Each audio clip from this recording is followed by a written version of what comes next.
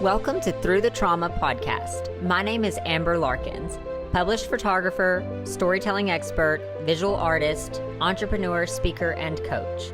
This podcast was born from one question: how do I get inspiring stories of triumph out to the people who need to hear them the most? Come with me, enter my world, where lives are getting changed, heroes are getting developed, and greatness is being achieved. Hello, and welcome to another episode of Through the Trauma podcast. I am Amber, your host, and today I have with me Miss Alicia Johnson-Niles. She is an author and a speaker, and Alicia is also part of the TAPS movement, which is Tragedy Assistant Program for Survivors. This is for military families to share the process of deep and effective healing. And this is because she has a story about her father, what most of us would deem super traumatic. And she's going to get into her story. Alicia, thank you for being here with us today. Thank you for coming on and sharing this story. I know it's going to impact so many. Thank you so much for having me. I'm excited to be here. Yeah. So I know I kind of give a quick rundown of who you are, but why don't you just tell us just a little bit about yourself, or if there's anything I missed in that intro that you want my audience to know. Oh, you covered it pretty well. So just a little bit about me. My dad was murdered when I was 2 years old in the Navy. I have a younger brother. He was 8 months old when he was killed. And we were raised for the next 4 years by a single mom. And I grew up, it's kind of crazy because I didn't realize what I was dealing with, what the level of quote unquote trauma. I don't say quote unquote it was trauma, but I didn't realize what it was until I got older. And the ramifications, I just grew up feeling like a second class person, having all these come to find out classic symptoms of a child in trauma, a child in grief. And I grew up very, very afraid of everything, a people pleaser.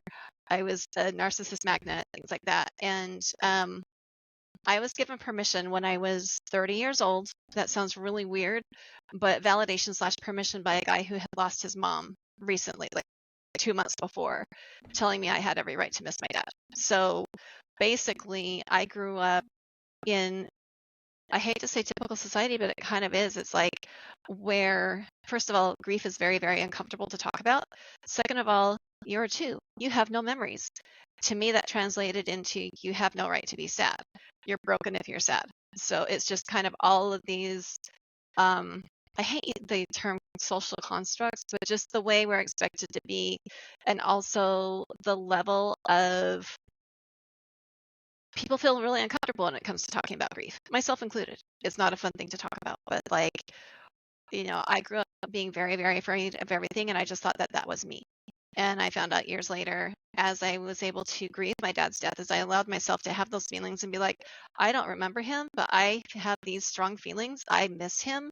I have the right to miss him. And once I had that, it opened up doors to healing that I couldn't even begin to express.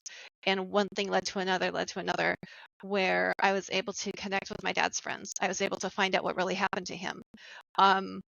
One thing growing up, I was terrified that my dad's killer was loose. I had this really unfounded paranoia deep inside that, of my dad's killer, because we didn't know what happened to him. The Navy is just like, here you go. We're sorry. He was murdered. Good luck. Didn't know what happened to his killer. I grew up afraid that he was at large, and I found out in my early 40s that he really was. So I'm writing a book called Angel in Arlington. The book's written. I'm working on getting it published, called Angel in Arlington, that kind of goes into my journey of how facing the things that scared me the most, which is my dad's killer, and also the U.S. Navy, and uncovering the conspiracy and figuring out what really happened and how that gave me the freedom and the peace. So just to be clear, your dad was in the Navy. He was not like actively overseas. He was here in the States when he got murdered. Pearl Harbor. He was on a ship. So he's an officer. He was a lieutenant junior grade officer on the Richard S. Edwards, docked in Pearl Harbor post-Vietnam. So my mom and my brother and I were staying with my grandma My dad was supposed to be deployed. I mean, they weren't out at sea yet, but they were supposed to go out to sea, and he was supposed to be gone for 11 months when he was killed. Or no, I guess it was like 8-9 months later. He would have been out of the Navy, but so he was in Pearl Harbor at the time, and it was a fellow shipmate that killed him. So. Oh, okay. So that was my second question, who it was. So at first when all this happened, did you know there of like a motive, or how long did you go without realizing that, like, what caused this, or was there many years of wondering? My mom, she's amazing. She's an angel. You know, she found out he was killed, had the funeral. Dad's buried in Arlington. That's the name of my book. And I mean, she had these 2 little babies to raise, and then an officer showed up on her doorstep a couple months later, and they're like, "Mrs. Johnson, we're sorry. We found out it was premeditated murder." Gave her a briefcase of stuff, moved forward. So they told us that, and that's all we knew. I grew up my whole life, you know, people would ask what happened to your dad. Oh, well, they did tell him that drugs in the 70s were rampant. I mean, in talking to my dad's friends, they'd say back in the 70s, you could fog a mirror, you could be in the military. So, but they were absolutely rampant. So what I was told, what my mom was told, was that my dad was narcotics officer in the Navy on a ship, and the guy who killed him was on drugs, pled insanity, got away with it. That's all we knew. So I think that's where my "is he still out there" came from, because he got away with it, and that's not close. He really did. So. And he was also in the Navy. He was one of my dad's men. So my dad worked with him closely. Do you think this was it was common for these soldiers? What would you call them, soldiers, if they're in the Navy? Sailors. Sailors. Yeah, I mean, sailors probably. Okay. Servicemen. Is it a normal thing that they would be on drugs if they were like dealing with the things from war that they had seen? Is this a common thing that they're put on drugs, or do you know? Put on drugs, I don't know. I mean, when you look back to the 70s, I'm older than I care to admit, but I mean, it's all over my website. But my dad was killed in 76. Back in Vietnam, back in the 70s, drugs were part of the culture, unfortunately. It wasn't quite as, no, don't do that. I mean, as I was talking to some of my dad's friends, they were like, you know, you can totally smell the marijuana coming out through the vents. So. And your dad, he was the leader of this guy. He was an officer, so he worked with him. There are several, he was lieutenant junior grade, and there were several officers that were that same rank. And I believe his commanding officer was one of my dad's colleagues, but my dad worked with him. So depending on, you know, what they had going on, what my dad was in charge of, he did work under my dad. And you worked under my dad. How old were you when this happened? 2? I was 2 years old, so no memories at all. Not a single memory of my dad. So that was probably one of the hardest parts, is I'm like, I'm weird if I am sad. So in your opinion, because I've often wondered this, and I've done obviously some studying on trauma, and I've talked to many people who've dealt with childhood trauma, and then people that have dealt with trauma through their life at different points. But do you believe that even though you couldn't remember, that there was residuals of trauma from that? Or do you think the trauma that you experienced was like ripple effect from seeing your mom struggle, from growing up without a father, from the residual effects of the murder? My bachelor's degree is in communication. There's that. So my expertise comes in through living it. But honestly, I think it's a little bit of both. But I think it's primarily that trauma is deep rooted. Like, the way I describe it, especially now, post-COVID, is I was so different from my peers. And also a little bit of background as far as how I was raised. You know, I grew up in a devout Christian family, and my mom had nothing negative to say. Like I said, she is an angel. She is like, it's so funny because she's this sweet, soft-spoken, teeny little thing that you know, but she is the strongest person I know, because she was able to be positive and raise my brother and I. And without the fear, without the anxiety. Did I grow up? Do I have anxiety? Absolutely, 100%. So to answer your question, I think the trauma, like the good people get murdered. Like I remember some of the thoughts that were going through my head as a little kid. Little kids are smarter than people give them credit for. They will come up with things. If you don't communicate with them, if you don't tell them the truth, they're going to figure things out on their own. But to answer your question, I think it was like, I'd say at least 80% of the trauma. Even my brother 80% of the actual trauma of him being getting murdered. Yeah, I don't think, maybe that's a little bit strong. But I'd say a good chunk of it. Like Yeah. 75, 80%, because as I've worked with TAPS, as I've gotten to know other kids, I see mirrors of myself as a little kid in the way they act. So, especially the ones who didn't know their parents. And what do you think is there like underlying feelings that you think these kids feel? You know, kids can't really justify how they, well, human beings really. I mean, as adults, even sometimes we can't justify. We feel a certain thing. We might feel abandoned, but we don't know why we feel abandoned. Like you consciously know I wasn't abandoned. My family member passed away. Like they couldn't be there. But subconsciously, maybe there's like that abandonment. And I'm just using that as an example, but I'm wondering do you see that in working with kids through this organization that they're dealing with things that they can't really justify, but they're still struggling with it, I guess? They're embarrassed. I dare say they're embarrassed because, um, logically, why would they be sad? Why would they have these feelings? Why are they so afraid of things? Why are they so afraid that their other loved ones are going to die?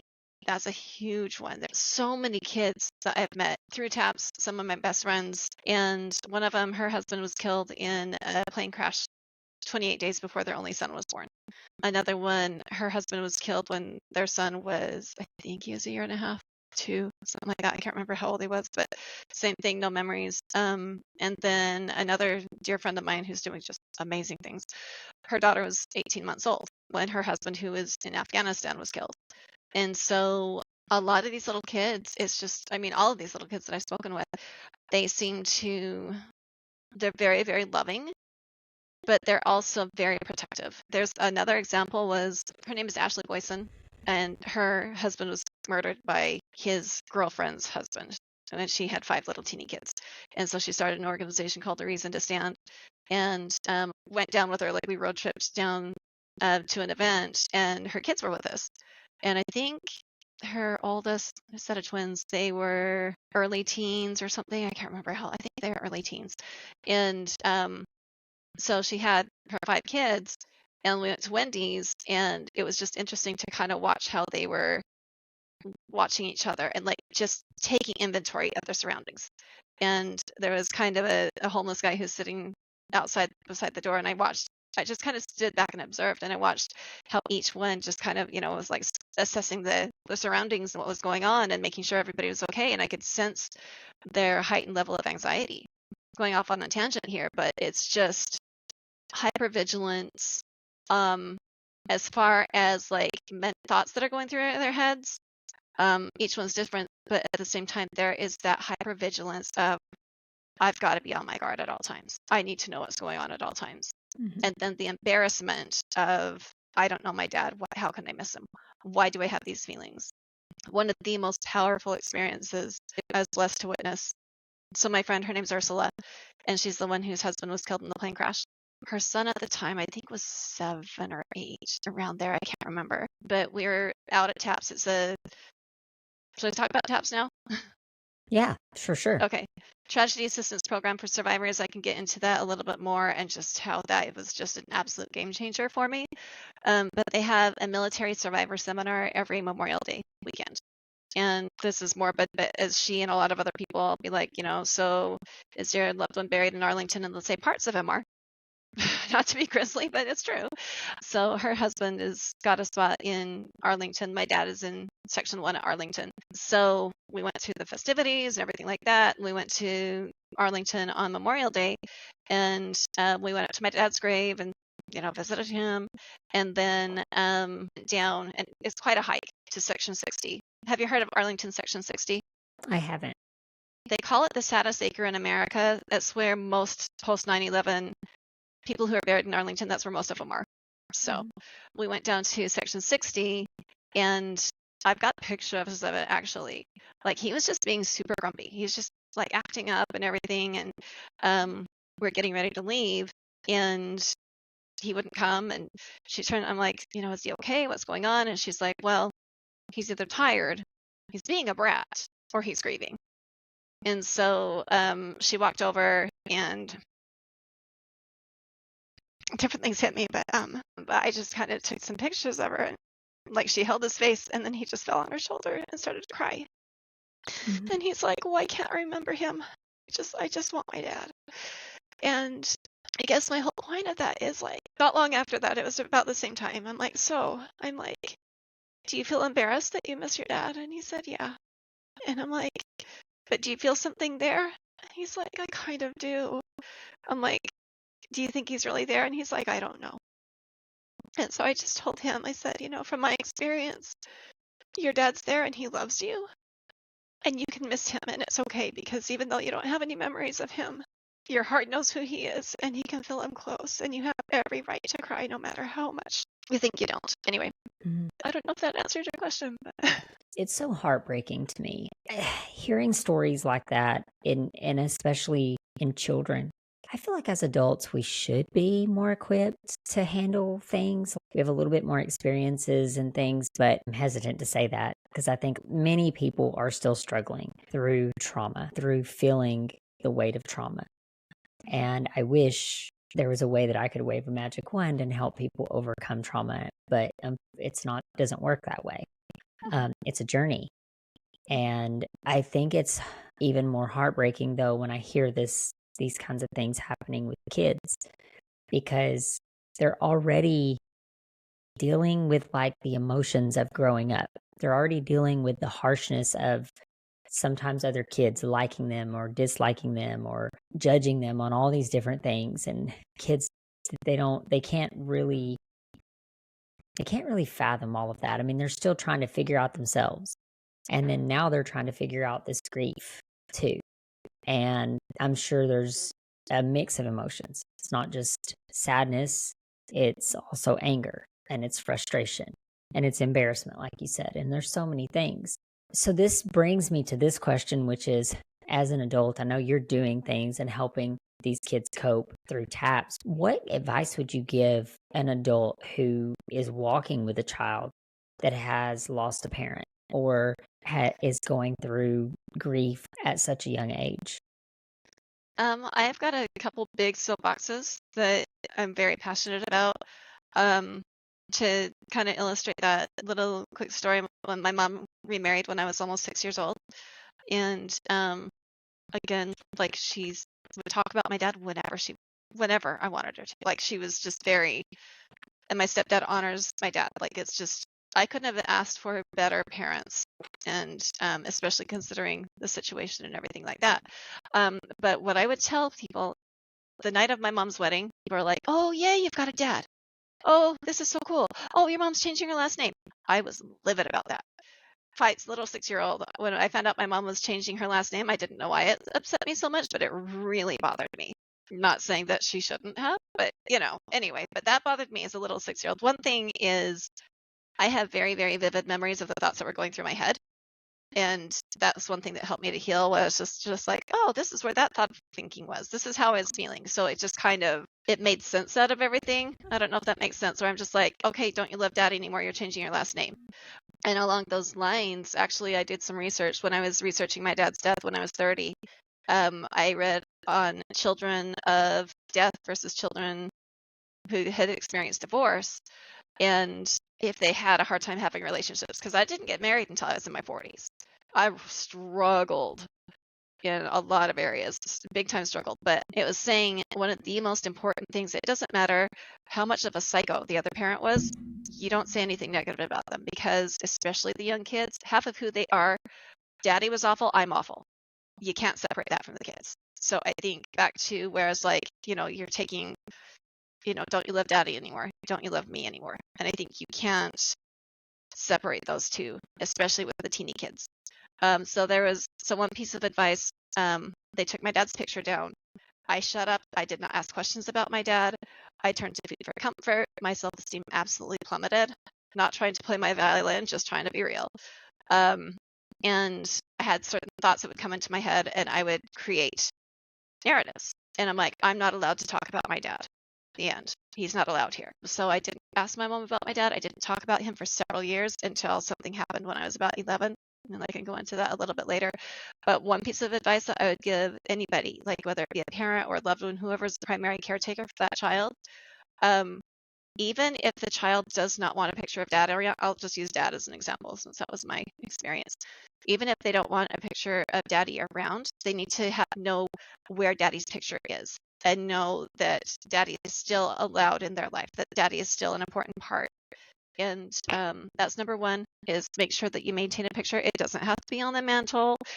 In the case of a remarriage or whatever, it doesn't have to be like shrine to dad.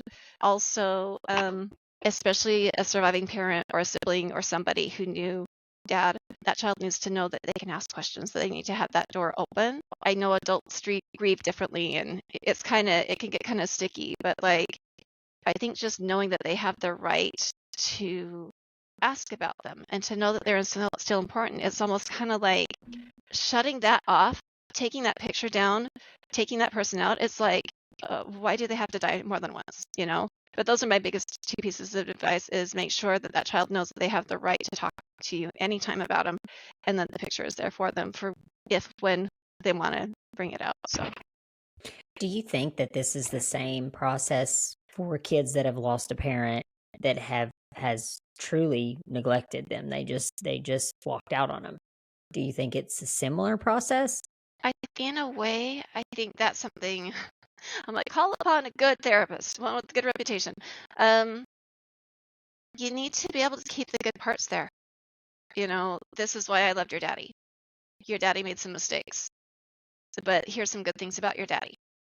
I don't know. That's a little bit stickier, but to answer your question, I think sort of, because as I was doing that research when I was talking about, like I said earlier, no matter what kind of a nightmare that parent is, you can't be like, oh my gosh, that's just like your mom, or oh, your mom was just like that, or of course your mom. You don't say what a horrible person mom was.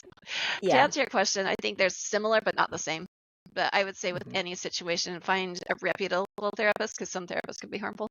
So, yep, and I think that's the hard part for people is I personally believe everybody needs therapy. I think that we've all endured some type of trauma. Somewhere along the way, we picked up baggage, and I think people need therapy. I think the hard part is finding a good therapist, someone that truly resonates with you, but also sees and knows like kind of your same belief system, and they're truly in it because they're empathetic for your situation and not because just for the money or just for just because they have to be there. Or to be like, oh, well, look what I did. I helped this person. It needs to be because they care. Well, and sometimes that process of therapy is lifelong. It's journey. It's not like you go one time and you tell your problems and then you're over them. It's like these triggers. That's the thing with trauma, and that's the thing with triggers. You can. I've talked about this a lot in my own life, and I'm an adult, but I mean, I can look back on my own life and I can see places where things have triggered me. And then when I kind of like calm down, I can look back and say, what was that? What caused that triggering? And sometimes it's like not pretty. It's like, okay, one, maybe sometimes I don't know where it came from. Two, when I do figure out where it came from, it's like, okay, that was a reactionary response to something that was, I shouldn't have reacted that way. I was reacting because I was triggered.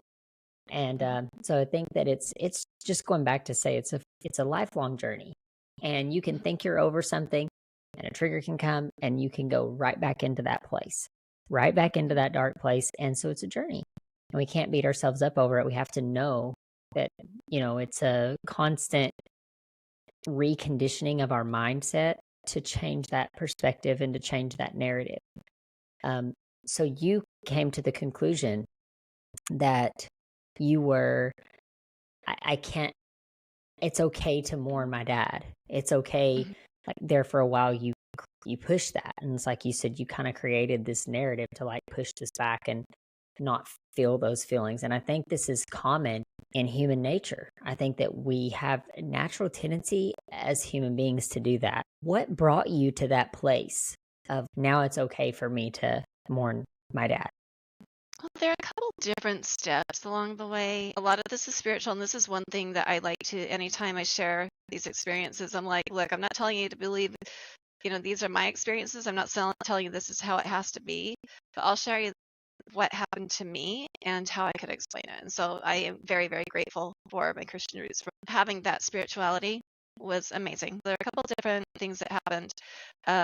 So my mom is a really good seamstress, and she made all of my clothes, and I remember her giving them away, and I remember getting very, very angry.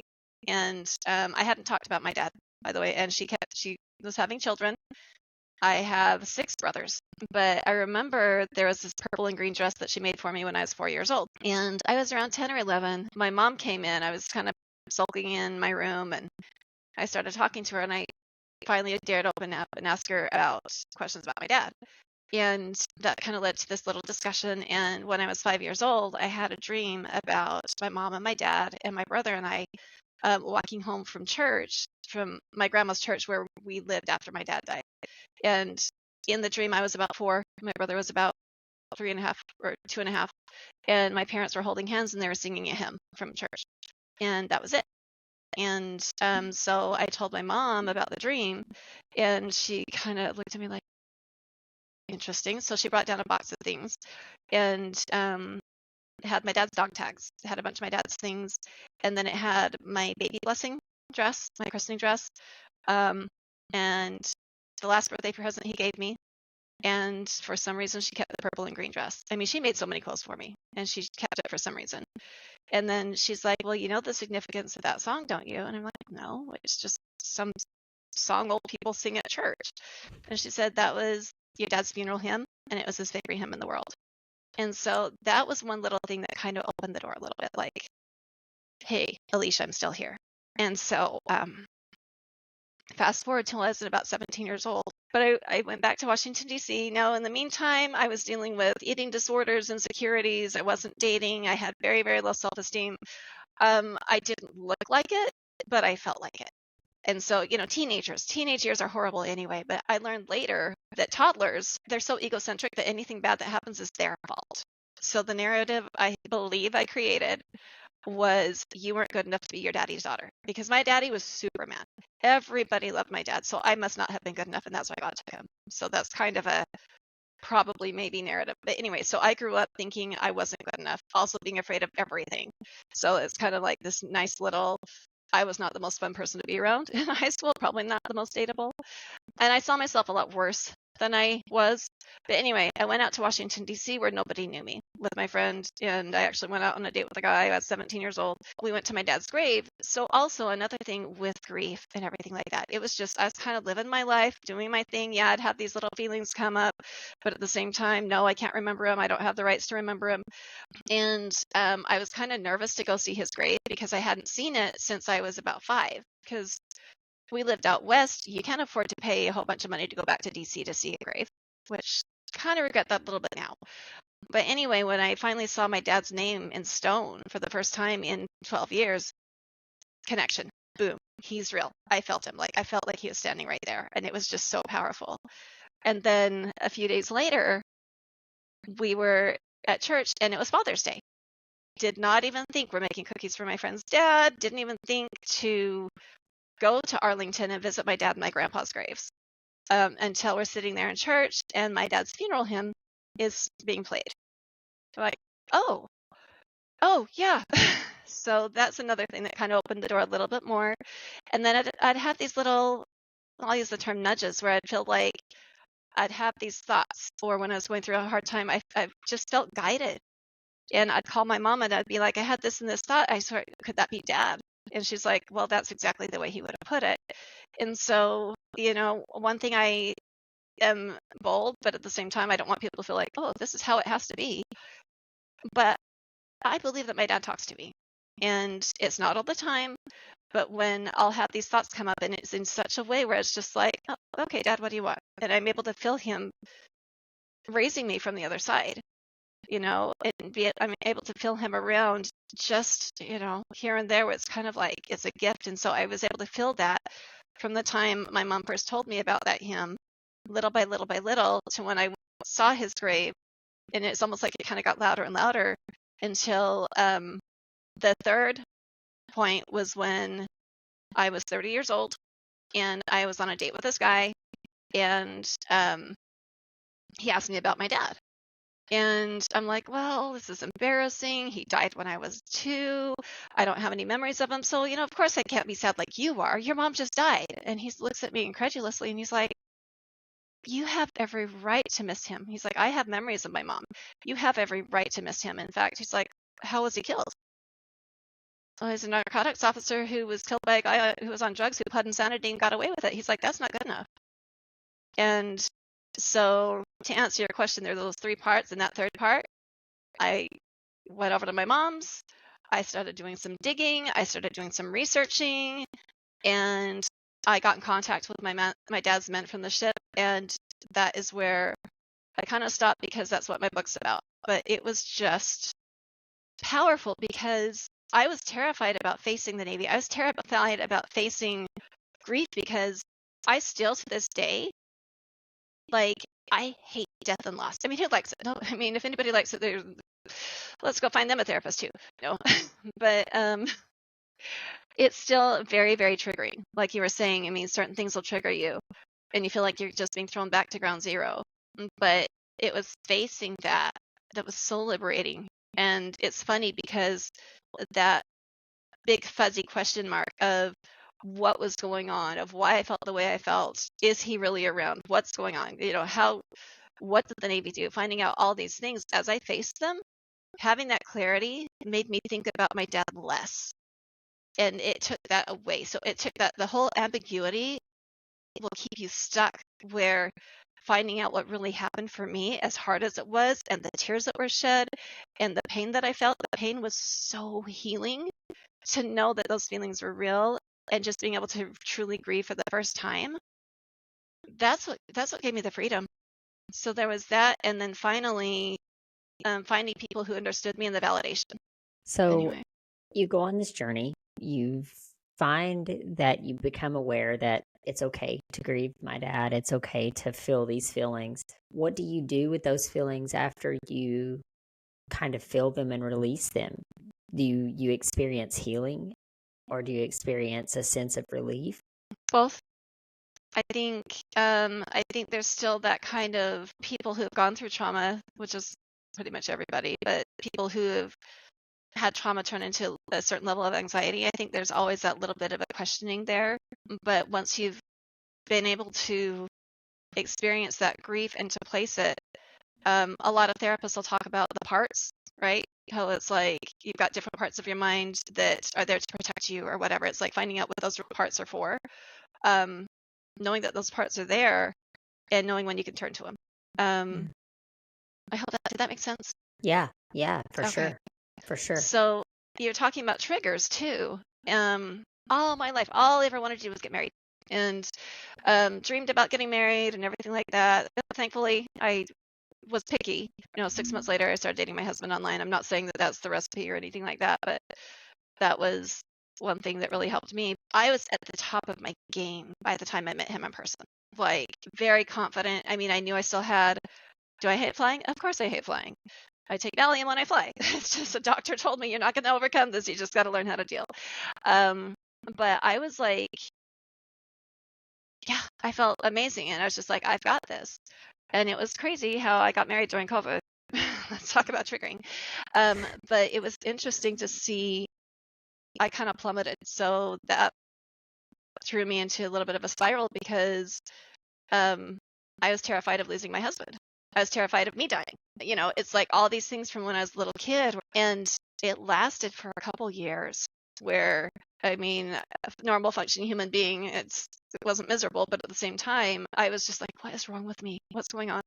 And I went to another TAPS event, 2023, and I was talking to Bob Delaney. I don't know if you know who he is. He's awesome. He's a expert on post-traumatic stress. He calls it post-traumatic stress. I say PTSD. I think it's a disorder. I'm like, I hate it. But he was an undercover cop in New York or New Jersey, and then he worked with the mafia. He's undercover with the mafia. And so he's very, very well, like, he experienced post-traumatic stress, and now he goes around speaking. He's an expert on it. But anyway, but I was talking to him at TAPS. I'm like, what's wrong with me? And he's just like, oh my gosh, this is so normal. And he's like, you never know what's going to trigger you. And as you know, Amber, when you get triggered, it kind of takes you back into that place, at least a little bit. And just exactly what, validating what you said, agreeing with what you said, you've got a toolbox of things that you can go to. And just knowing that, yeah, there are going to be things that trigger me, and I'm not sure what they are, but when they do, here are my tools. And one of my biggest tools is finding community, people who get you. So I'm just resonating with everything that you're just saying, and it's so true. It's so true. This whole thing of, like, you do get taken back when you get triggered. Someone says something to you, and you lash out. And you're like, I mean, this is like a perfect example of a trigger. It's like I lash out, and then later I'm like, I feel bad about lashing out. I don't really know why I lashed out. I'm like, I don't really know what warranted that kind of response. I may not even been right in what I was saying, but I just responded and reacted. And I think that the beauty in that, like, we are human. So that's part of human nature. Like, we're going to react. We're going to be triggered. Things that we've been through, obviously healing helps to not be as triggered, or, like you said, to have the toolkit or the toolbox to know how to respond to certain things. But at the end of the day, too, just having the grace with yourself that I'm human. I make mistakes.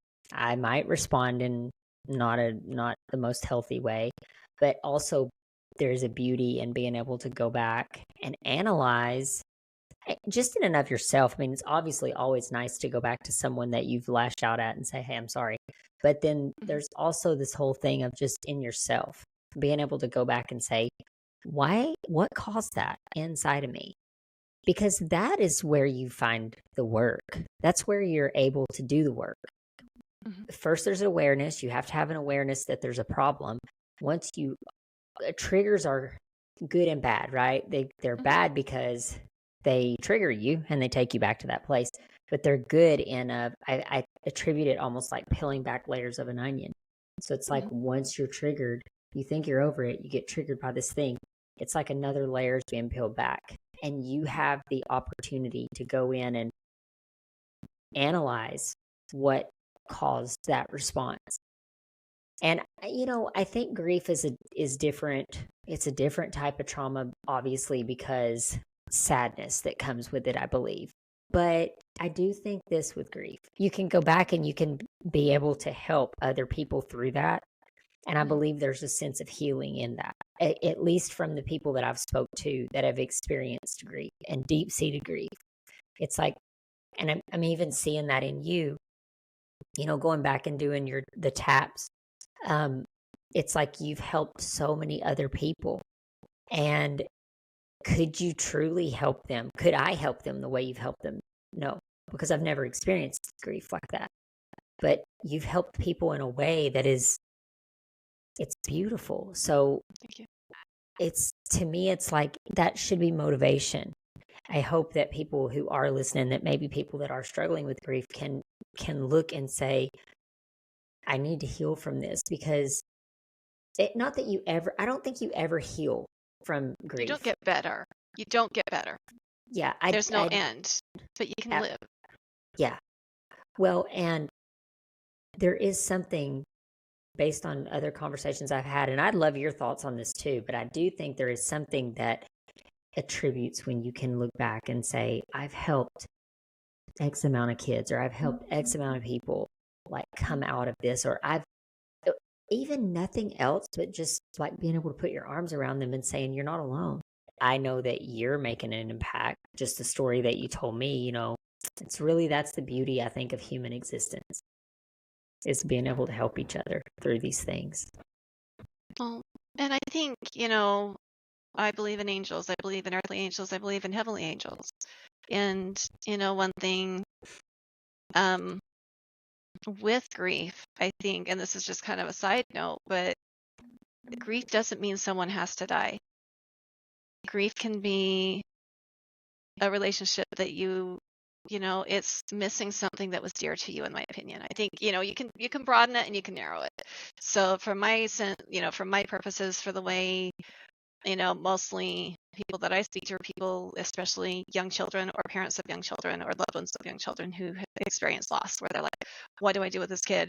You know, but then when you think about it, it's like, I think that's where complex grief or complex PTSD come into play, where, Amber, I don't know your story, but you've grieved, obviously, in different things. It's like you've grieved things that were very dear to you that didn't happen or that you lost. I mean, that's just kind of a little side note for thought. But as far as like being able to help people and things like that, you said that you felt called to do this. And I felt the same thing. And it's Mr. Noisy here. That sounds kind of funny, but I could always tell there was a very, very big difference between feeling impressed upon by the Holy Spirit and my dad being like, what are you doing? For me, that's been something that's been really cool, is to be able to have that experience and just be able to share it and be like, hey, look what's possible. You think your dad might be talking to you? I always tell people, I'm like, if you think they're talking to you, they probably are. And that's bold, but that's for them to interpret. That's for them to decide. But I have had so many experiences where there is no question. There is no other way. In fact, on my website, there's a free chapter of my book, and it's called Weghorst, He Hasn't Handled It Well. And that goes into, like, I'd have all these thoughts. It's like, you need to contact this person and they're going to act this way. And nobody in the world could have known that. And yet I had these thoughts before they happened, and I reached out and boom, boom, boom, one thing led to another. Anyway, a little bit of a tangent, but I mean, being able to be there and just be like, yeah, to validate, to support, and say one thing that that makes me feel good about, like, putting myself out there, is I've had other people come forward and be like, because you did it, I feel like I can too. Because you shared your story, I feel like I have a voice. And, I believe that, God's here for us. He is unlimited power, but he needs us to be there for him too. And I just think that that's one thing that's beautiful is when I went back to TAPS both times. The first, I've been there three. Good grief. My poor brain. 2016, 2017. Oh, 4 times. 2019 when I met, then I took a little plane and met my husband in person, and then 2023. But all 4 times that I went to TAPS, it's like you'd think it would be this, crying and stuff. It's not. I mean, yes, people are crying, but they call it the happiest group of sad people you'll ever meet. And it hasn't even just been with TAPS. It's been being with people where you start to open the conversation about trauma, which is what you're doing, and people feel validated. They feel normal. I mean, that's such kind of a bland term, but feeling normal is the greatest feeling. And to go, wait, I'm not broken. I'm human. I'm worthwhile, and whatever rah-rah, positive affirmations you can get. But finding community and finding people who understand where you've been. There is the Christian aspect where it's like the Savior knows. He knows how I feel. Nobody else does. But there are little saviors, not to take away from that, but like angels on earth who get you, and they just, I don't know, just the level of, oh my gosh, like a million tons taking off your shoulders by just being able to connect with someone who gets you. So, tangent. No, I totally agree. And I think this is the power of sharing stories. This is, when I started this podcast, I spoke a lot about the power of storytelling and the power of sharing your story and sharing your journey. And I talk to people more so in the earlier, when I first started this podcast, I would talk to people because people would ask me, well, how do I know what to share? How do I know what not to share? What you feel led to share, share. Not, there's a time, like when things are fresh in your mind, if you're newly grieving something, if you've newly got a new trauma, if you're in the midst of trauma, sometimes you can't speak on that, because you're just in survival mode. But then as you begin to gain more and more understanding and more like healing, and you get back to this place of resilience, because truly human beings are very resilient people. Mhm. We, I mean, very resilient creatures. Humans, Right. we can be resilient. I think sometimes people choose not to because they get stuck. But sometimes, if we do the right things, we're moving in the right ways, like we are very resilient. And it's just a matter of, like, I think, getting to that place of being able to share, and maybe that a year from the trauma you can share a little bit, and 5 years you can share a whole lot more. Share Mhm. what you can, because there's power in your words, there's power in your story. And I truly believe that, you take you and I, for example, you can relate to people unlike I can relate to people. But then if you take certain parts of my story, like I've been divorced. I had a very it's not traumatic, but very uh, black and white kind of transformational experience when I got saved. Um, so I look back on these pivotal points in my life, and those are things that people could align to me that maybe they can't to you.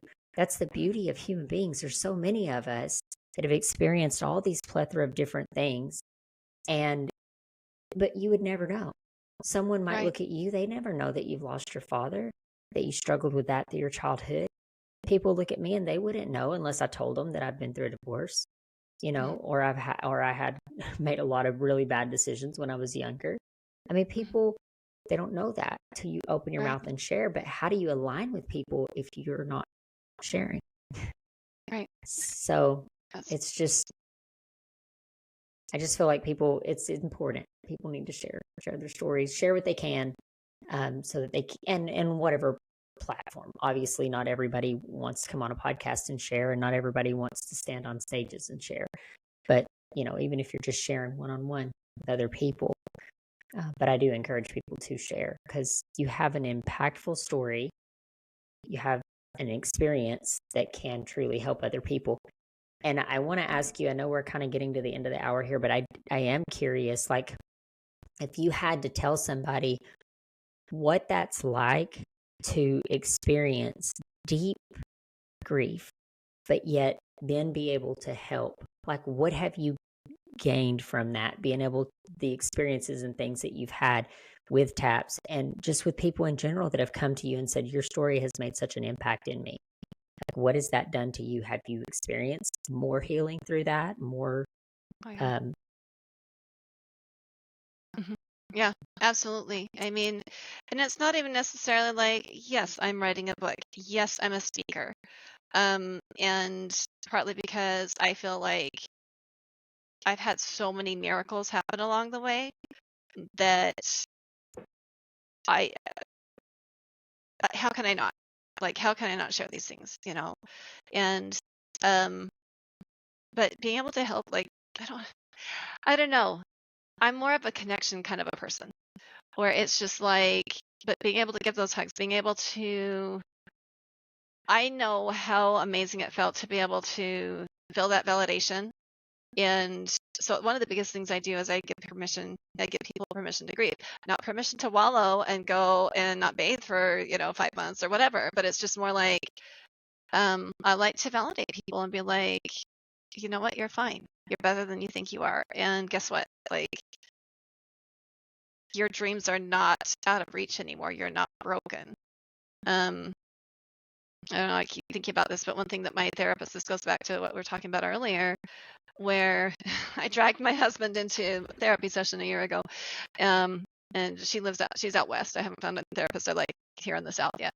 But she told him, she looked at him and she's like, it is not mental, it's physical. It is not mental, it's physical. And she kind of kept, you know, she said that several times. And I think knowing that, and knowing that it is a physical thing. And anyway, I just got off topic, but just knowing that, I think that helps. But it really is a it kind of helps me see purpose behind my pain, in a sense. Yeah. I mean, he didn't deserve to get murdered. My mom, like, all these horrible things that happen to people, it's not like we deserve to and we're being punished or anything like that. But it's almost kind of like, all right, God, higher power, whatever, your listeners, what they lean on, let's make something beautiful out of this. Let's see the bigger picture in this. And if there's anything that I can share with anybody, little teeny kids to people in their 60s, 70s, 80s who still carry around that burden of, I'm so embarrassed by my grief, it's knowing that you deserve to have that love, you deserve that connection, even though they're gone. That connection is still there. You just have to allow it. Don't be weird, but just allow it. So Yeah. Well, and there's a book that and I'm trying to remember. I'm not sure if he talks specifically about grief in this book, but he does talk about when you feel emotions, to like feel the emotion and then release it. So don't try to hide from the emotion, don't try to push it away, but literally just sit in the emotion. If I feel sad, like overwhelming sadness, or if I feel anger or whatever, sit in that emotion, feel the emotion. Like it's okay to feel it, but then let it go. Like don't dwell in it. And I think there's some power in that, because I think sometimes as human beings, we don't want to feel the emotion, so we do whatever we can do to avoid it. We might cover it with, alcohol or drugs or sex or, spending tons of money food. or food or, whatever that crux is. And it's like, no, don't do that. Instead, just feel it, because the feeling does pass. Like in my experience, it has, since I read that book. It's called Letting Go. I think it's Cool. I think I've heard of it. David. It's like a yellow book. I think it's David Hawkins or something. I can't remember. Hawkins. David Hawkins, I believe, is the author.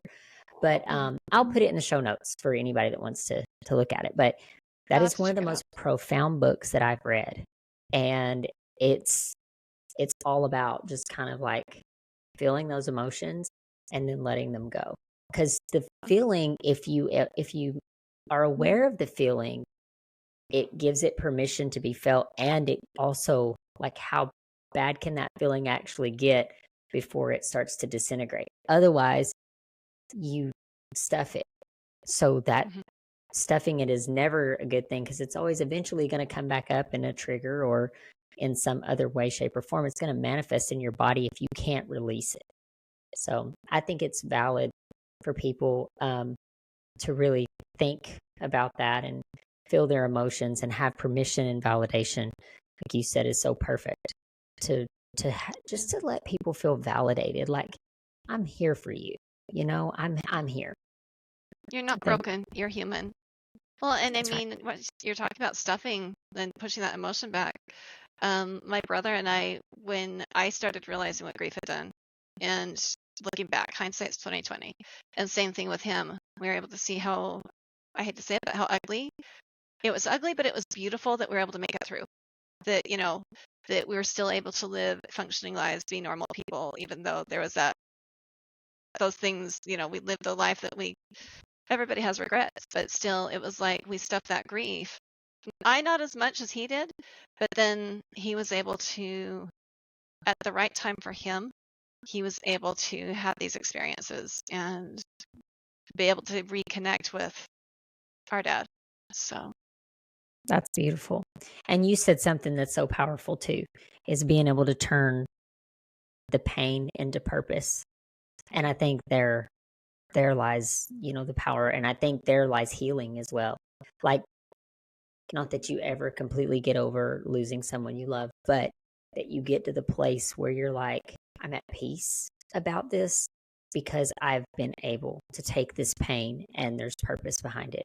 And I've made purpose behind it. And that's a beautiful thing.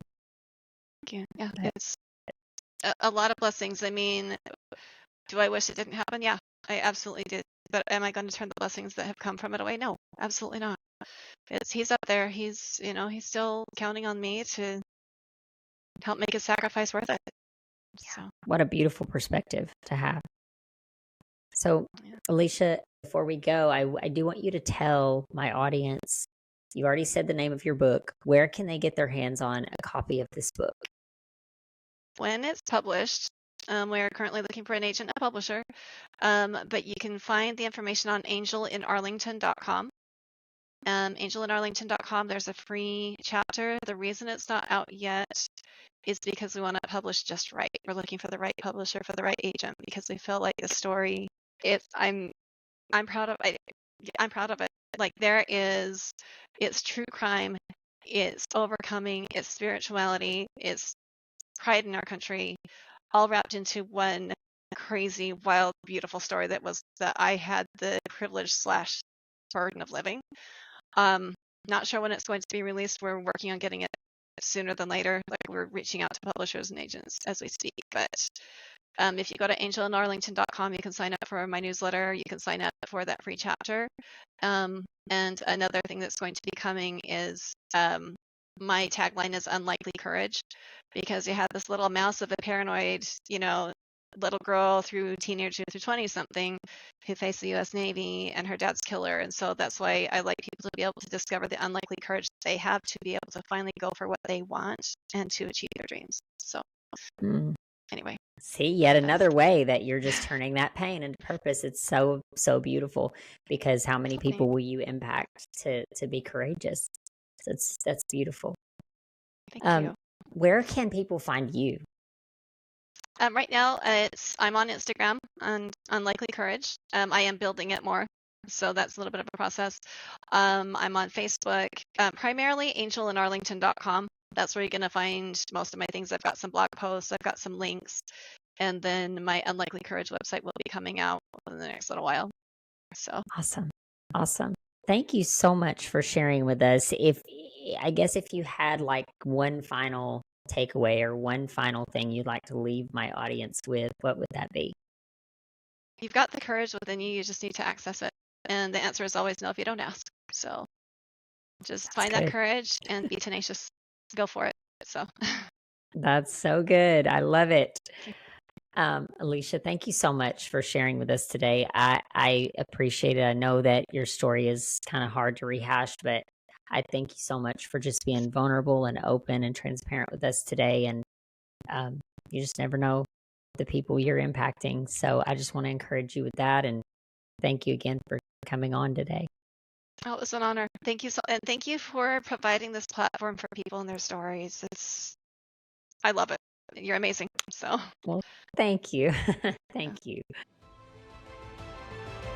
Thank you for listening to Through the Trauma podcast.